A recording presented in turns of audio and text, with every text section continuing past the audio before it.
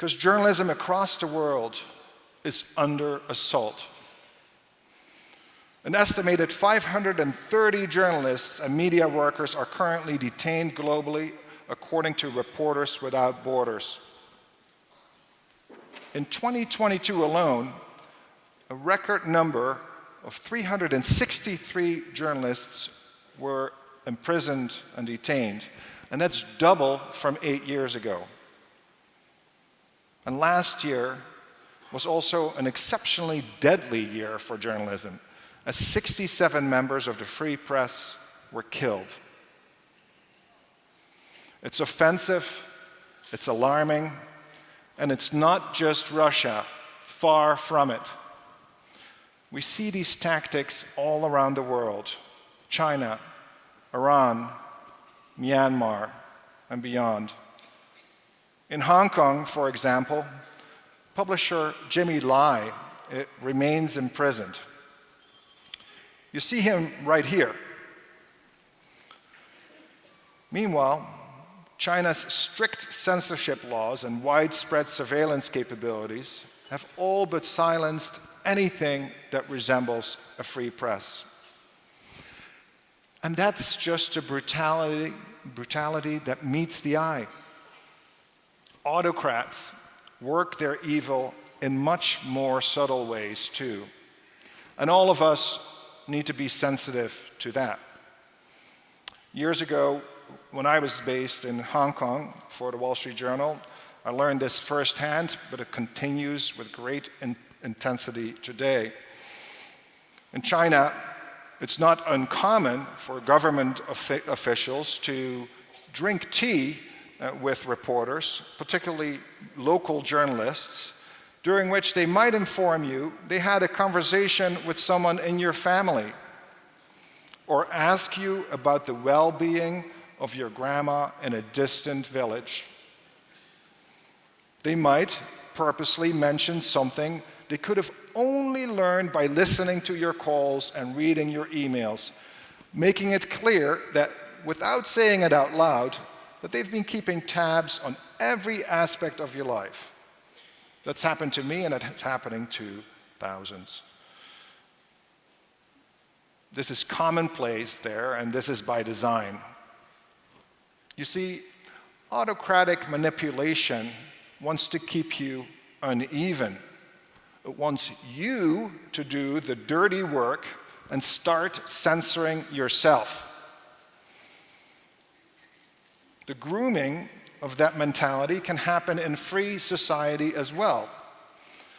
For example, constant demeaning and demonizing of the press can have a conditioning impact and certainly stifle reporting.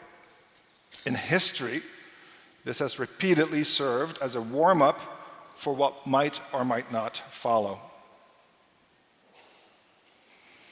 Now, let's pair all of that bad stuff from the autocrats with technology, which has made these efforts easier and also put completely new pressures on the news media in recent years.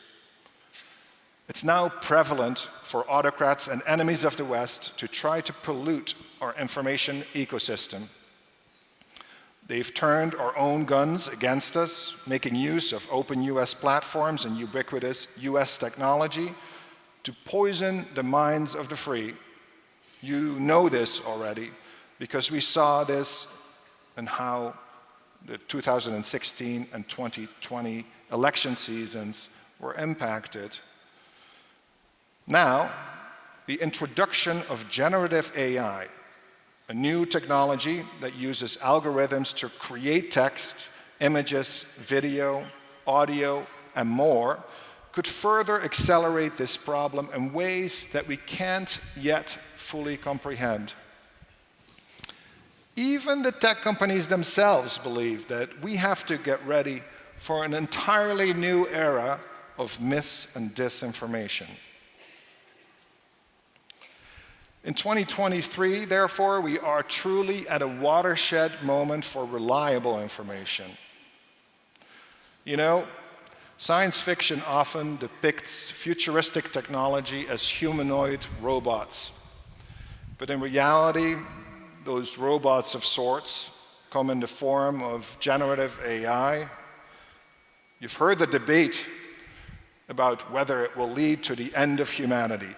I'm going to stay out of that one, except by saying, go humanity.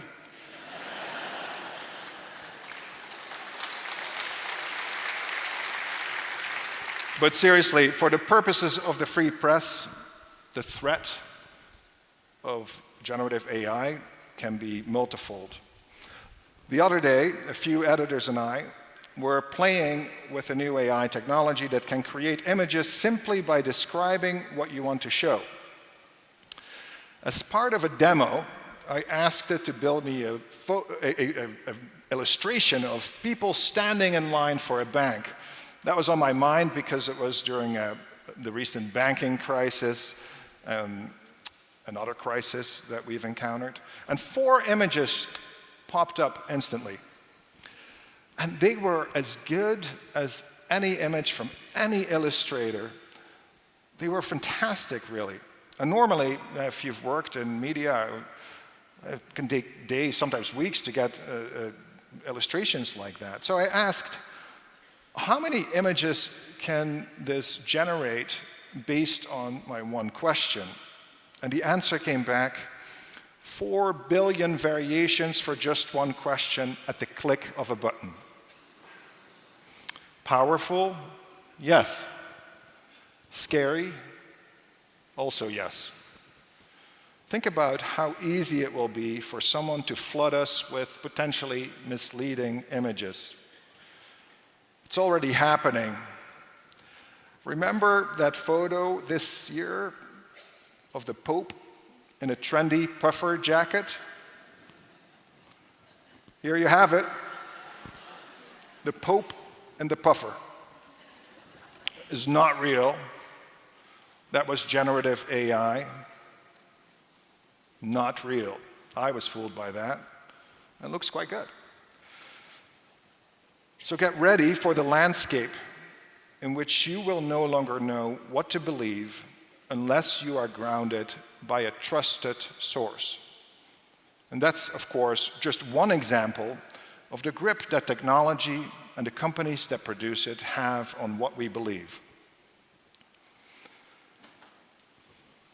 One other thing that we've seen sneak in to our ecosystem, our information ecosystem, is, and this comes from Silicon Valley, a false equivocation between what's news and what's called content. They are not the same. Content has become a lazy catch-all for news, entertainment, garbage, and everything in between. And they're all thrown on one heap. There's no deference to what is serious. And that's troublesome because global audiences are being conditioned to accept that false equivalence between entertainment and news. But it would be too easy to just blame tech companies for that. It would also not be factual. The news media was and continues to be at times a willing accomplice. That false equivalence we just discussed has put the media on a horrific track of trying to be overly entertaining. At least that's my opinion. Quizzes, lists, games, clickbait might all be fun, but we also need serious reporting, certainly in these serious times. The news, unfortunately, will not always make you feel better, will not always unleash dopamine. It's not supposed to. Global media, on top of all that, has also, in the course of the past couple of decades, started to give itself away for free, and in the process, dramatically weakened itself. While the democratization of information is noble and healthy, right now more people than ever before have access to more information than ever before, faster than ever before. Putting the value of news at zero has been destructive. If you recall this mantra in the early days of the internet, information wants to be free. Well, the consequences have been staggering. Since 2005, the United States has lost more than 1/4 of its newspapers, and that will be a third by 2025, according to a Northwestern report. Not surprisingly, the journalists themselves are disappearing as well. The number of reporters in the US declined from 75,000 in 2005 to 31,400 in 2021, and it's fewer, of course, today. Think about that for a moment. That's led to news deserts and vacuums. And guess what has filled those vacuums? Disinformation, misinformation, polarization, entertainment. Our shared reality has become fractured. This is the challenge we face.